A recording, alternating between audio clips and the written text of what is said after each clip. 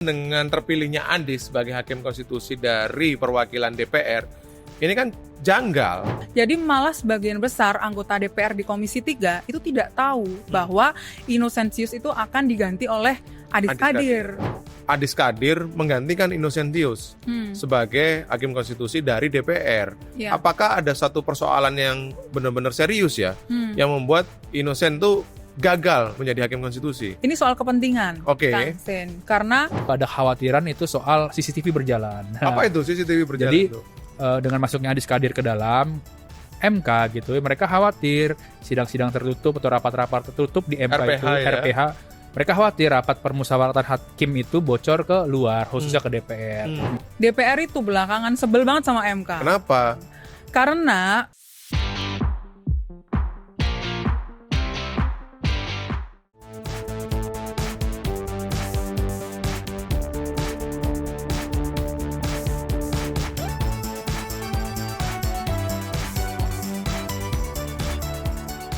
Halo, jumpa lagi dengan Bocor Halus Politik bareng gue Raymond Srikang. Francisca Kristi Rosana, Hussein Abri Dongeran.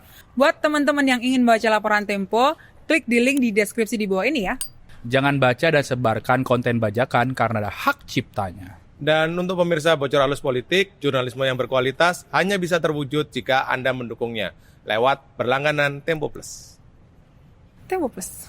Silakan Raja Gimmick. Apa kok? Men, silakan. Kalian ini Sudah menyiapkan Ya, kan sudah gimmick menyiapkan tadi. gimmick. kalian Tolong. yang buat gaduh, gue yang kena. Yalah. Kan tugas lu Gitu. nyapu-nyapu sih. Oh gitu ya. Gitu. Silakan, waktu dan tempat. Silakan. Gini. Ada yang mengklarifikasi dan menyampaikan bahwa presiden tak menggunakan 2 pesawat kenegaraan. Bisa saya jawab, ada itu. Kok gini? Karena kemarin di sana begini. Tak tok. Jadi kami itu udah mendapatkan informasi itu sejak lama ya. Yes, Jadi yes. kita full bucket lah ya, mengumpulkan keterangan-keterangan sambil wawancara. Dan kok ke luar negeri 2 pesawat terus gitu kan. Dan gampang kok diceknya juga. Ya. Ada namanya internet. Nah, internet. Kaget dia. Raja Gimmick memang. Jadi bisa dicek di situs open source soal penerbangan. Ya, Masukin ya, aja ya. kode penerbangannya apa. PK, GIG, PK, GIF, atau kode-kode pesawat yang ingin memang dicari oleh pemirsa Bocor Halus Politik. Betul. Bisa. Banyak banget situs-situs open source yang bisa dipakai untuk cross check lah ya, Betul. apa yang terjadi gitu. Dan untuk kasus pesawat Garuda itu kita juga cek kan Ci, Sin, Ya. waktu menulis liputan itu PKGIG dan PKGF itu waktu perjalanan presiden ke London itu memang dua-duanya ke London semua gitu. Iya, dan soal livery itu bisa dicek. Bisa dicek kok, gampang itu. Iya, iya. Ada itu. Ada itu. Jadi harusnya 1 pesawat aja ya, biar Ya. guyup dan efisien. Itu penting gitu kan. Tapi penjelasan Garuda juga sudah juga sudah sampai ke kita juga ya Ci ya. Iya, betul. Mereka menyampaikan bahwa ketika di London itu ada persoalan teknis lah sehingga harus mengirim 2 pesawat. Itu yang disebut oleh Garuda ke kita. Betul. Oke. Jadi Jadi ada itu apa ini sekarang? Ada juga nih Ci. Apa? Soal ada-ada aja. ada Adis Kadir. Oh, masuk tuh Ada Adis Kadir. Iya, iya. Menjadi Hakim Konstitusi. Per hari ini, sore ini, Kamis sore ya, 5 Februari 2026, Adis Kadir dilantik ya Ya. di Istana sebagai Hakim Konstitusi pengganti Arief Hidayat. Ya. Perwakilan DPR. Betul, perwakilan DPR. Yang menarik adalah bagaimana drama-drama ini Sin, Ya. yang muncul Ci setelah Adis Kadir atau sebelum Adis Kadir ini terpilih menjadi Hakim Konstitusi. Karena ya di DPR itu sudah ada dinamika-dinamika tertentu gitu. Nah, gimana tuh Ci? Nggak hanya di DPR. Dari MK juga ya. Di MK juga gitu. Jadi kalau kita ingat di Ya. tahun lalu Agustus 2025 Adis Kadir kan kena masalah ya. Ya. Masalah lah ya karena slip tongue atau slow lidah Ya. karena membahas soal waktu itu ya Tunjangan perumahan. Ya, gue inget itu. Betul. Kemudian ada disanksi segala macam, tapi kemudian akhirnya dia tidak disanksi, Ya. gitu kan. Nah, sejak saat itu sebetulnya sejak Adis Kadir tersandung keselio lidah tadi, itu dia sudah menyampaikan ke kolega-koleganya di DPR bahwa dia ini sudah tidak nyaman lah di DPR karena merasa posisinya dia itu sudah didelegitimasi oleh ya kritik-kritik terhadap dia, kemudian quote and quote ya cemoohan terhadap dia dan lain-lain. Oke. Gitu. Nah kemudian kepada koleganya itu Adis Kadir ingin menjadi calon atau kandidat hakim MK dari ada 2 sebetulnya. Jalannya, yakni dari DPR, perwakilan DPR. Ya ternyata setelah disampaikan keinginan-keinginan itu, kemudian diproseslah di DPR. Menjadi menarik karena sebetulnya DPR sudah menetapkan calon hakim MK kan waktu itu dari perwakilan. Iya betul. Dan waktu itu Innocentius Samsul sebagai kepala Badan Keahlian Dewan Perwakilan Rakyat DPR pada waktu. Dan dalam konteks nyambung lagi Ci, ketika lu bilang tadi Adis sempat menyampaikan kekeliruan dalam hitung-hitungan 3 juta itu ya. Tunjangan rumah bukan 1 tambah 1 sama dengan 2, 11 kali 11 sama dengan 121 kan. Tapi ini soal tunjangan gitu kan. Kacamatanya mana kacamata saya? Itu kan. Nah, itu memang cukup memberikan dampak yang kompleks terhadap situasi politik pada waktu itu Agustus ya Sin ya. Karena itu jadi salah satu pemicu kemarahan publik yang kemudian bergulung terus besar menjadi aksi demonstrasi yang menuntut pembubaran DPR waktu itu Sin. Ya, betul. Dan sebetulnya rencana atau niat ya Adis Kadir untuk menjadi calon hakim MK ini sudah didengar oleh sebagian anggota DPR, juga pucuk-pucuk pimpinan yang ada di DPR itu ketika bulan November. Waktu Adis Kadir menerima honoris causa. Profesor honoris causa dari salah satu kampus swasta di Jawa Tengah. Saat itu ada lebih dari 70 anggota DPR yang hadir dalam acara itu. Dan ada beberapa narasumber kita yang sudah kita temui juga yang datang di waktu itu penerimaan gelar guru besar itu ya. Gelar HC itu, Profesor HC itu, kemudian ada selenting-selentingan bisik-bisik gitu. Oh ini Adis Kadir akan jadi calon hakim. Tapi gue dengar juga ini nyocokin sama nanti info yang lu dapat ya Sin ya. Gak dapat apa-apa gue. Jangan gitu dong. Adalah ada kaitannya dengan dinamika yang terjadi di internal Partai Golkar. Betul. Karena itulah kemudian gue Adis dalam artinya gue sebagai perwakilan Golkar di pimpinan dan wakil ketua DPR Ketua DPR. Dan ada situasi di internal ini yang membuat dia jadi salah satu faktor atau memicu dia ingin meniti jalur di Mahkamah Konstitusi ini sih. Iya, jadi gue wawancara beberapa politikus Golkar, mereka cerita memang kalau proses Adis di MK-nya itu banyak yang nggak tahu di internal gitu ya. Mereka merasa mendadak, tapi ya udahlah. Toh itu menguntungkan untuk partai ya kalau misalkan nanti ada kepentingan-kepentingan ada jalur Golkar lah di MK. Nah ini ada hubungannya sama pertarungan pucuk beringin ya dalam artian posisi ketua umum partai Golkar yang saat ini dipegang oleh kanda kita. Kanda Hussein. Sama hidup hijau itu apa? Jadi ya memang Adis ini dianggap sebagai salah satu calon potensial lah untuk maju sebagai calon ketua umum Golkar jika partai itu ada apa-apa. Karena yang dekat dengan kekuasaan saat ini adalah Adis Kadir ya ketika itu. Tapi dia tersandung lah dengan omongan dia di hadapan publik mengenai tunjangan rumah itu. Makanya ya kalau secara hitungan politik ya dia kartunya untuk naik ke atas lagi selesai gitu. Jadi kalau misalkan dia maju DPR masih bisa, tapi what next-nya gitu kan di partai Golkar. Akhirnya ya udahlah karena dia nggak bisa bertarung di internal lagi dan ada tawaran itu memilihlah MK begitu. Dan menariknya Adis sama Bahlil ini kan memang banyak yang bilang ya jarang berkomunikasi antara keduanya karena beda blok juga di Partai Golkar. Partai Golkar kan seru nih. Partai banyak terbuka, faksi ya, banyak kubu dan semuanya sama-sama punya peluang ya sih. Betul ya demokrasi lah ini situ kan berjalan gitu kan. Demokrasinya berjalan di sana. Tapi tergantung komutnya. Nah, serunya itu adalah soal penggantinya Adis di posisi wakil ketua DPR. Biasanya nih ya partai yang ada demokrasinya itu ada rapat-rapat dulu tuh, minimal rapat di DPP ataupun di lingkaran ketum, lalu rembes lah ke fraksi Partai Golkar. Partai Golkar itu mengajukan siapa aja sih calon wakil ketua DPR. Ya, dari Golkar ya. Dari Golkar. Nah itu prosesnya nggak ada. Jadi ujuk-ujuk nama Sari Yulianti itu muncul gitu kan untuk menjadi posisi wakil ketua DPR. Sari ini di internal Partai Golkar kan dianggap belum terlalu senior lah. Dan biasanya di Partai Golkar itu posisi wakil ketua DPR atau pimpinan DPR itu dijabat oleh politikus senior partai. Coba aja riset tuh kan sebelumnya siapa Partai Golkar di sana, siapa begitu.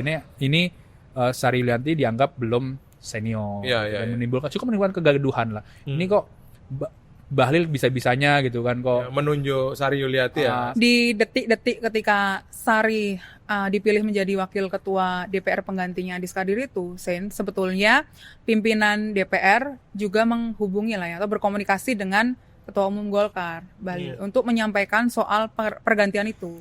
Menyebut nama sampai profilnya mesti ini atau gimana tuh, Ci? Iya, Sari sudah dipilih untuk menjadi penggantinya Adis di DPR. Oke. Jadi itu komunikasi tingkat tinggi lah ya antara pimpinan DPR dengan Ketua Umum Golkar, Pak Dahlia. Dan pergantian itu dilakukan sehari sebelum fit and proper testnya Adis Kadir di Komisi 3. Ya. Cik Zen, berkaitan dengan terpilihnya Adis sebagai Hakim Konstitusi dari perwakilan DPR, ini kan janggal. Karena apa? Kalau kita mengikuti proses penggantian Hakim Konstitusi yang berjalan tahun lalu, sudah ada nama yang tadi kita sudah sempat mention juga ya, Innocentius Samsul. Dia adalah kepala Badan Keahlian DPR yang sebenarnya sudah terpilih, bahkan sudah diparipurnakan kan ya? Sudah paripurnakan. Nah, ini kenapa dia sampai kemudian digeser atau bahkan ditukar nih posisi atau jabatan yang sudah bahkan diparipurnakan itu dengan Adis Kadir? Kita cerita kejanggalannya dulu ya, Kang. Karena pertama, kenapa janggal? Karena pergantian Innocentius ke Adis Kadir itu tidak melalui paripurna sebelumnya, sebelum fit and propernya Adis. Jadi seharusnya menurut teman-teman di anggota DPR itu harusnya ketika dicabut Innocentius statusnya sebagai calon hakim yang diusung lah ya oleh DPR, semestinya diparipurnakan dulu. Bahwa untuk ada menegaskan pencabutan. Membatalkan putusan itu ya. Membatalkan putusan sebelumnya. Karena dia ditetapkan lewat paripurna, maka mesti dicabut lewat paripurna, kan kira-kira gitu ya, SOP-nya ya. Betul, tapi itu tiba-tiba ada fit and proper di DPR di Komisi 3 tanggal 26 Januari 2026. Dan tidak semua anggota DPR itu tahu sebelumnya. Jadi malah sebagian besar anggota DPR di Komisi 3 itu tidak tahu bahwa Innocentius itu akan diganti oleh Adis Kadir. Jadi beberapa anggota DPR di Komisi 3 itu justru tahunya pagi hari itu. Ketika ada undangan untuk fit and proper Adis Kadir. Nah, mereka nih bertanya-tanya, loh, emangnya Adis Kadir mau diganti sama Innocentius gitu. Kemudian menggantikan Innocentius. Kemudian ternyata setelah kasakusuk sana sini kita menemui sejumlah narasumber juga ya, Sen. Di DPR ya. Di DPR itu rencana untuk fit and proper itu dibahas dalam forum terbatas dan informal di Komisi 3, tapi hanya kelompok kecil seminggu sebelumnya. Artinya siapa yang ada di dalam kelompok kecil itu yang kemudian membahas sih? Jadi lu pasti menemui narasumber di Komisi 3 dong. Betul. Untuk cek ini siapa nih yang kemudian mengorkestrasi dan mencoba untuk mendorong Adis Kadir sebagai pengganti Innocentius. Salah satunya Ketua Komisi 3 dari Habibur Rahman. Habibur Rahman. Di situ disampaikan bahwa kapan nih kita akan fit and proper Adis Kadir. Kemudian dicari-cari waktunya, mungkin minggu depan karena Arif Hidayat, Hakim MK yang sekarang sudah menjadi mantan Hakim MK, itu sudah harus pensiun per 3 Februari. Masa tugasnya berakhir pada 3 Februari ini. Nah, kemudian fit and proper dilakukan sebelum itu, di hari Senin. Tapi masalahnya informasi itu tidak menyebar ke Komisi 3, ke keseluruhan anggota Komisi 3 itu. Kalau masyarakat sipil melihatnya ini nggak ada transparansi. Jadi gue juga itu ya, melihat grup percakapan di Komisi 3.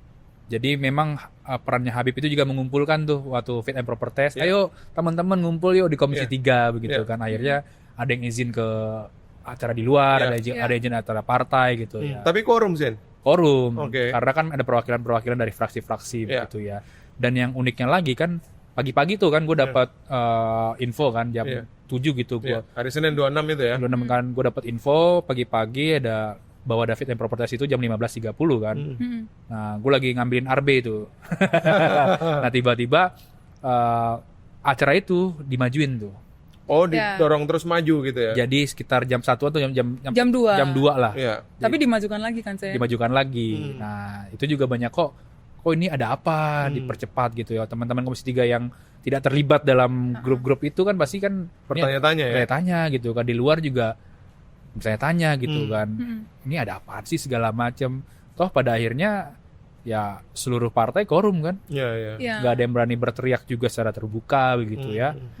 Banyak kejanggalan lah intinya proses-proses terpilihnya Adis Kadir ini sebagai hakim MK. Iya, iya. Dan ini juga ya, Cik Zeni, yang dikritik oleh para ahli tata negara, juga masyarakat sipil, bagaimana proses di Mahkamah Konstitusi ini dalam memilih hakim yang mereka usulkan tidak transparan. Betul. Ya kan? Dan ini yang terjadi juga ketika Aswanto. Ini sudah pernah kita bahas dulu ya. Iya.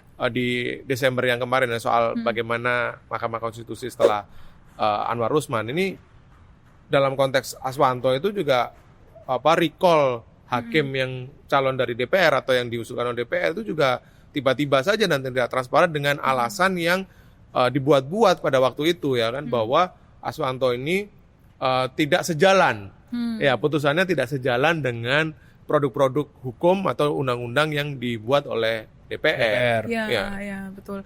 Dan kenapa tidak ada pertanyaan di Komisi 3 ketika fit and proper ya? Dan fit and proper itu kan sebetulnya jalannya ya, atau prosesnya itu kan sangat singkat kan? Dan ya itu formalitas lah, Ci. kalau Itu bisa kita bilang ya. formalitas, betul. Karena sebelumnya Kang ada titipan lah, pesan dari fraksi partai masing-masing bahwa tidak boleh ada yang mempertanyakan atau menyanggah atau memasalahkan fit and propernya Adis Kadir gitu. Karena ini sudah menjadi keputusan bersama. Gitu. Sekarang DPR tuh komando juga ya. Ya, sama diplomasi komando itu seperti yang di cover itu, Ci. Oh, iya, aku Iya, ingin iya. begini.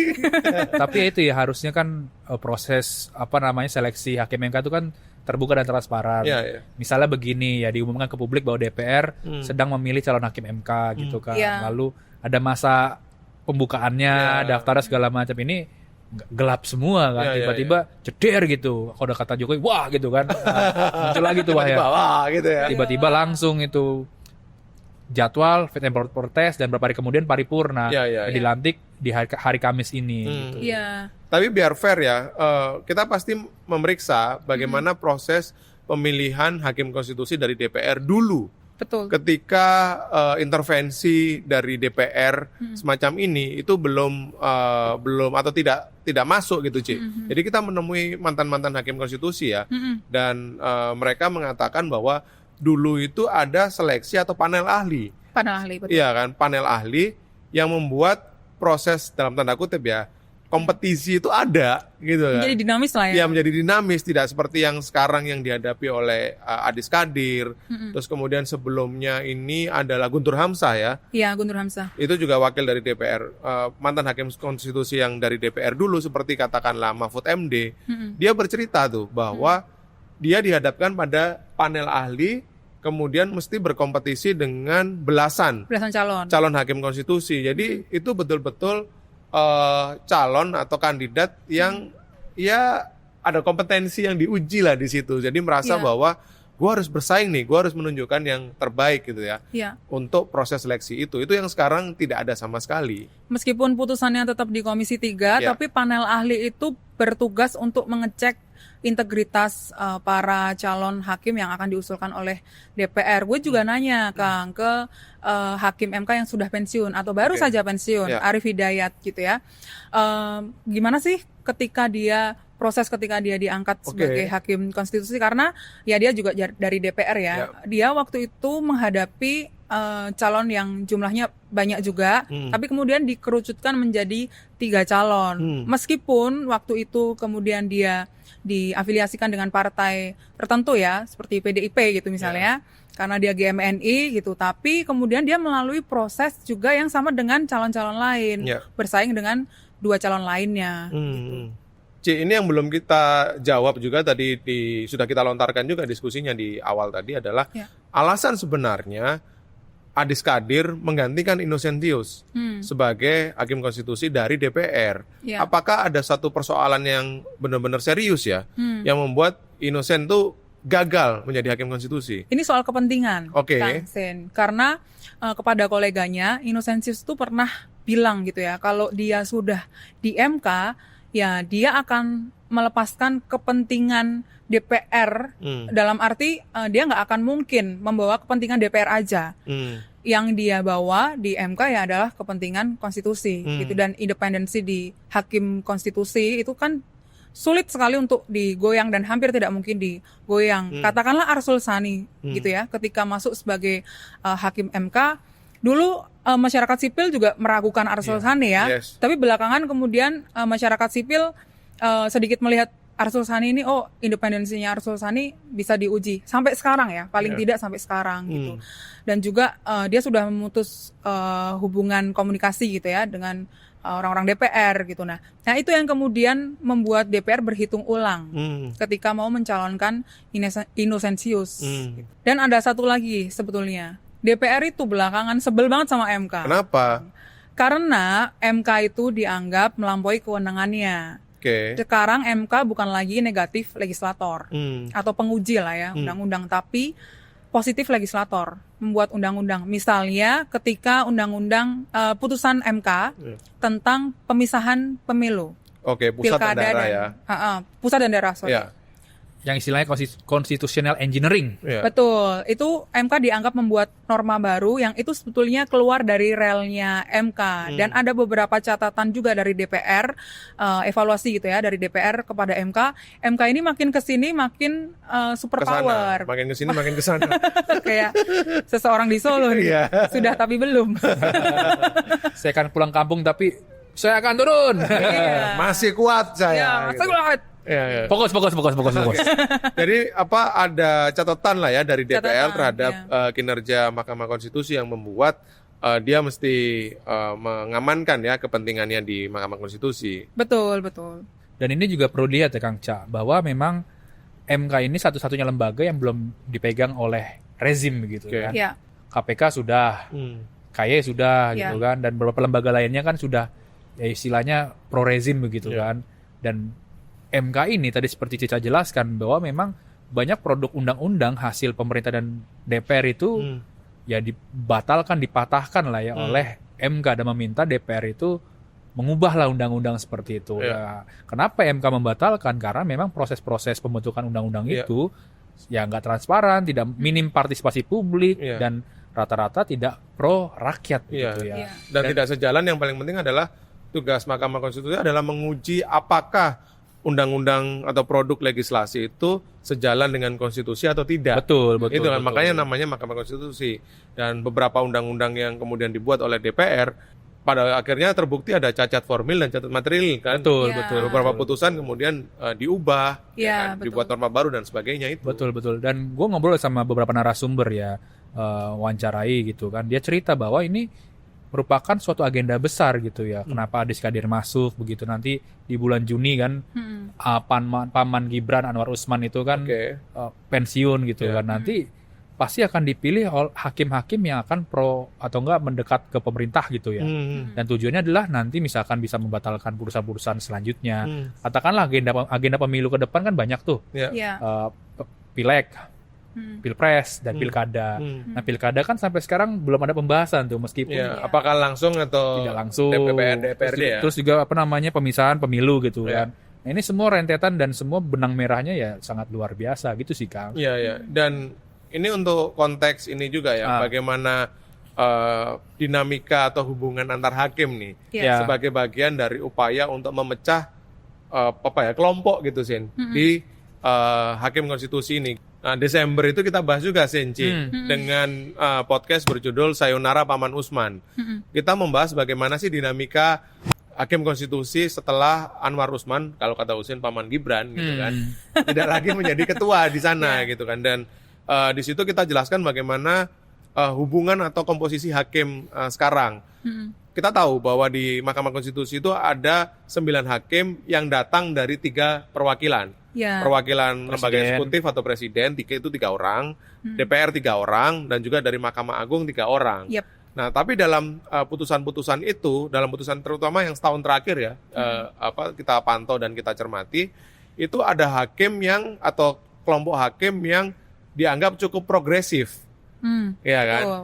Dianggap cukup progresif, dan ada hakim yang dianggap ya bisa dikatakan mengikuti Ya. apa keinginan atau motif dan agenda pemerintah, itu kan. Nah di sini hakim-hakim yang dari DPR itu belakangan cenderung untuk ambil bagian atau berada pada Progresif. ya putusan-putusan yang progresif. Ini yang Iya. membuat Tidak semua tapi ya. betul tidak semua. Betul. Sebagian hakim yang dari DPR itu dianggap masuk atau ikut memutuskan putusan-putusan progresif. Ya. Karena itulah perlu memecah nih kelompok-kelompok ini agar lebih cenderung pada agenda-agenda Pemerintah dan DPR ya. Persis. Bukan cenderung lagi sih, ingin menarik, menguasai. Betul, di kepentingan kutub itu. yang Ya. sana itu. Betul. Dan sebetulnya kalau kita lihat ya, pengangkatan atau pemilihan lah waktu itu, Inocensius sendiri sebetulnya juga dikritik Oke. oleh masyarakat sipil. Karena tertutup prosesnya. Ya, karena prosesnya tertutup gitu, tidak seperti sebelum-sebelumnya. Ya. Nah, tapi kalau kita lihat sebetulnya Inocensius ini sudah dikenalkan nih Ya. ke di MK gitu ya, di internal MK sebagai calon hakim MK Oke. sebelum pemilihan Adis Kadir itu. Dari mana lo tahu itu, Ci? Tentu saja dari narasumber di MK. Ya. Inocensius itu sudah dibikinkan misalnya profilnya, video dan deskripsi lah. Waduh, sudah tulisan. sesiap itu ya sebenarnya ya? Sudah. Di internal. Karena kan sudah tinggal pelantikan kan Ya. sebetulnya. Rencana memang pelantikannya itu sekitar 2 bulan setelah Arif Hidayat pensiun. 2 bulan. 2 bulan setelah, Maret atau April. Oke. Tapi kemudian ada percepatan Oke. ketika Adis Kadir masuk, begitu. Lalu Ci, Inocensius ini nasibnya bagaimana nih? Dia sebagai kepala badan keahlian sudah dicopot kan? Iya. Sudah tidak lagi di situ karena sudah digantikan oleh Bayu. Lalu apa yang terjadi pada dia? Di diskusi Komisi 3, Ya. Inocensius ini sebetulnya hanya di hold menjadi calon hakim MK. Oke. Karena dia akan menjadi calon hakim MK dari perwakilan pemerintah. Oke. Nah, itu lengkapnya di majalah Tempo. Karena kan Ceritanya ya. sebetulnya calon hakim dari pemerintah masih panjang-panjang Iya. nih masa jabatannya. Ya. Nah ini dengan masuknya Adis Kadir nih sebagai hakim konstitusi dan sore ini dilantik, per Kamis sore 5 Februari dilantik. Apa sih concern hakim-hakim konstitusi yang ada sekarang ya di dalam itu dengan masuknya politikus nih yang menjadi hakim konstitusi? Ya Kang, jadi di internal MK tuh banyak cerita lah ya. Ini ada kekhawatiran kalau misalkan Adis Kadir ini menjadi hakim MK dan hari ini kan sudah dilantik. Yang pertama adalah soal pace sidang. Jadi kan MK ini lagi menjadi istilahnya Maraton lah ya. ya kesukaan publik lah, apakah undang-undang diuji material ke MK. Jadi pendaftaran atau perkara itu banyak gitu ya. Oh, mengantri untuk diputus. Jadi oke. dampaknya adalah MK itu menggelar sidangnya banyak sekali maraton seperti lu bilang dari Senin sampai Jumat. Mereka khawatir apakah Adis Kadir itu bisa mengikuti pace para hakim sekarang. Ibaratnya kalau di MK itu lagi kalau lari ya gitu ya, 1/7 begitu kan. Nanti jangan-jangan Adis 1/12 gitu larinya. Makanya jangan-jangan nanti begini gimana nih begitu. Ya, keteteran lah ya Keteteran, mengikuti pace itu ya. Jadi kebiasaan politik, lalu kebiasaan hukum kan berbeda. Ya. Lalu yang kedua ada khawatiran itu soal CCTV berjalan. Apa itu CCTV berjalan Jadi itu? dengan masuknya Adis Kadir ke dalam MK gitu, mereka khawatir sidang-sidang tertutup atau rapat-rapat tertutup di MK RPH itu, ya? RPH. Mereka khawatir rapat permusyawaratan hakim itu bocor ke luar, khususnya ke DPR. Karena tadi kan kita sudah bahas juga ya, beberapa hakim progresif dan sudah istilahnya mereka ingin memperbaiki MK begitu ya. Nanti kalau misalkan nggak ada satu kesamaan gitu ya kepikiran memperbaiki MK, masuknya Adis ini dalam rapat-rapat permusyawaratan hakim itu bisa membocorkan info itu ke luar. Artinya gitu. ini kekhawatiran internal adalah sterilisasi ya. Betul. Hasil rapat atau keputusan-keputusan yang diambil dalam RPH itu. Betul dan kan sudah pernah ada kebocoran RPH kan. Contohnya yaitu putusan Paman Gibran kemarin kan. Lu juga yang nyari-nyari itu. Iya, yang akhirnya Gibran itu bisa jadi wapres kita gitu kan. Ya memang kita harus aku ya sulit ditembus emang. Salah satu lembaga yang sulit kita tembus ya sebagai salah satu tempat liputan gitu ya. Betul. Karena mereka menjaga juga ketemu orang gitu kan. Iya. Dan mereka juga khawatir nih, jadi MK itu nanti berubah nama. Apa? Jadi dari Mahkamah Konstitusi menjadi Mahkamah Kekuasaan. bukan Mahkamah Keluarga lagi. Bukan. Nanti di Google Map muncul tuh Mahkamah Kekuasaan gitu ya. Oke. Nah, sikap Tempo dengan lagi-lagi MK nih gimana, Kang? Ya, jadi yang pertama adalah pelemahan Mahkamah Konstitusi itu sudah terang benderang, udah terang-terangan nih, sudah nggak sembunyi-sembunyi lagi, Zin. Seperti dulu upaya-upaya misalnya dengan revisi Undang-Undang Mahkamah Konstitusi ya, dengan memasukkan Adis Kadir sebagai Hakim Konstitusi, upaya untuk melemahkan lembaga penjaga konstitusi ini sudah terang-terangan. Ini gue kira adalah strike yang kesekian gitu kan, setelah upaya-upaya yang terjadi pada Mahkamah Konstitusi selama 2-3 tahun terakhir itu kan. Dan ini menunjukkan bahwa lembaga yang berupaya untuk independen dari kekuasaan ini selalu dicoba untuk dilemahkan terus-menerus ini kan.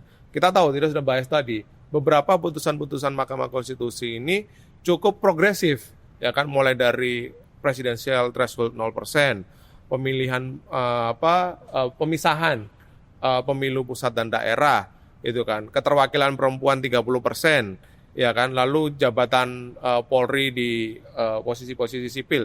Ini beberapa kasus atau perkara yang diputus dengan cukup baik oleh Mahkamah Konstitusi gitu kan. Nah, upaya-upaya baik ini yang kemudian coba untuk diganggu dengan memasukkan calon-calon yang memang track record-nya itu punya persoalan atau dipertanyakan. Betul. Dan jangan lupa Adis itu menjadi motor revisi Undang-Undang MK tuh. Betul. Kan? Jadi motor revisi Undang-Undang MK yang sedang bergulir tinggal diparipurnakan ya. Diparipurnakan. Ya, dan ada kemungkinan nih diuji kan. Betul. Kalau kemudian besok diketok. Nah, ini pertanyaannya adalah bagaimana jika dia Adis ini besok menjadi Hakim Konstitusi, ada gugatan Undang-Undang Mahkamah Konstitusi yang dulu dia buat. Ini menjadi salah satu concern dari masuknya Adis Kadir sebagai Hakim Konstitusi. Oke, saksikan terus Bocor Arus Politik di YouTube Tempo.co dan kalian bisa mendengarkannya di Spotify Bocor Arus Politik. Sampai jumpa.